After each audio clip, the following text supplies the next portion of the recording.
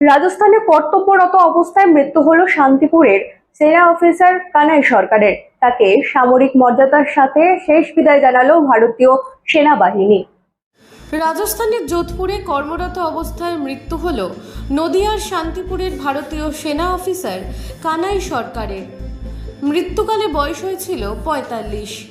তার অকাল প্রয়াণে শোকের ছায়া নেমে এসেছে পরিবার ও গোটা এলাকায়।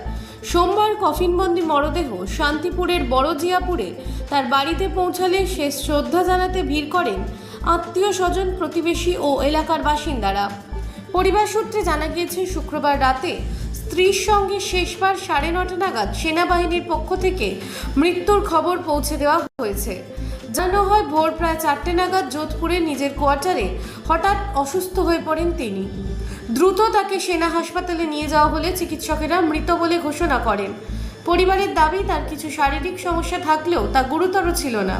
তাই আকস্মিক এই মৃত্যুর ঘটনায় পরিবারের সদস্যদের মধ্যে বিস্ময় ও শোকের পরিবেশ তৈরি হয়েছে। মৃত্যু সংবাদ পাওয়ার পর পরিবারের ২ সদস্য যোধপুরে যান। পরে সেনাবাহিনীর উদ্যোগে কফিনবন্দি মরদেহ শান্তিপুরের বড়জিয়াপুরে তার বাড়িতে নিয়ে আসা হয়। সকাল থেকেই তাকে শেষ শ্রদ্ধা জানাতে ভিড় করেন এলাকার মানুষ।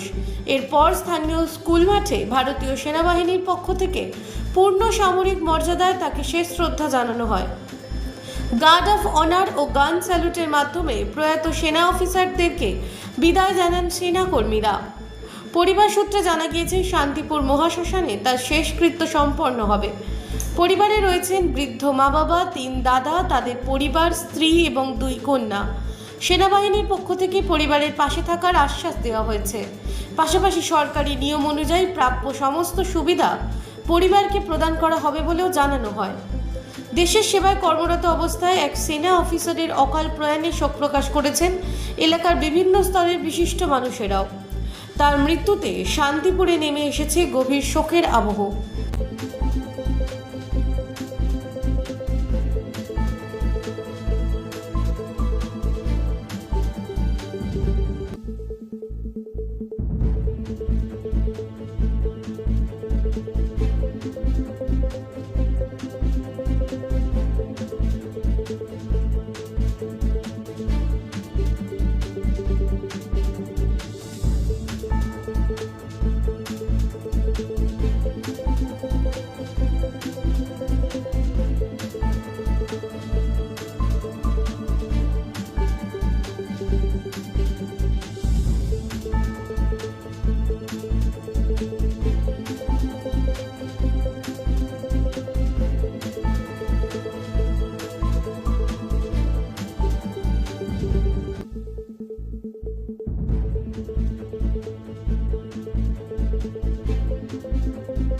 ব্যুরো রিপোর্ট, রাত নিউজ নেটওয়ার্ক।